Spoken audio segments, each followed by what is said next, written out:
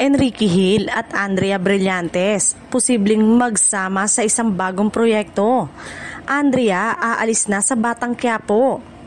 Mainit na pinag-uusapan ngayon sa showbiz world dahil sa lumalabas na mga photo magkasama sina Andrea at Enrique sa Instagram ni Ranvel Rufino, manager ni Enrique.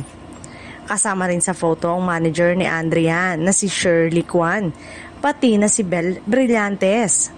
Simpleng a very good merienda lang ang caption sa photo na yon, pero agad-agad ngang humamig ng maraming reaksyon.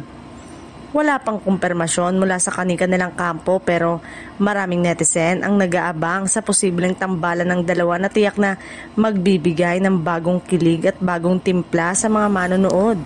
Kasabay nito, kumalat din ang usapin na iiwan na raw ni Andrea Brillantes ang kanyang kasalukuyang serye na FPJ Batang Quiapo. Si Andrea ay naging bahagi ng powerhouse cast ng programa at marami ang natuwa na siya'y ipasok sa storya.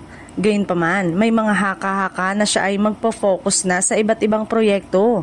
Lalo na't kamakailan lang ay lumipat siya ng bagong management kay Shirley Kwan. Kung matutuloy ang proyekto nila, ito ang unang pagkakataon na magsasama ang dalawa sa isang malaking teleserye o pelikula.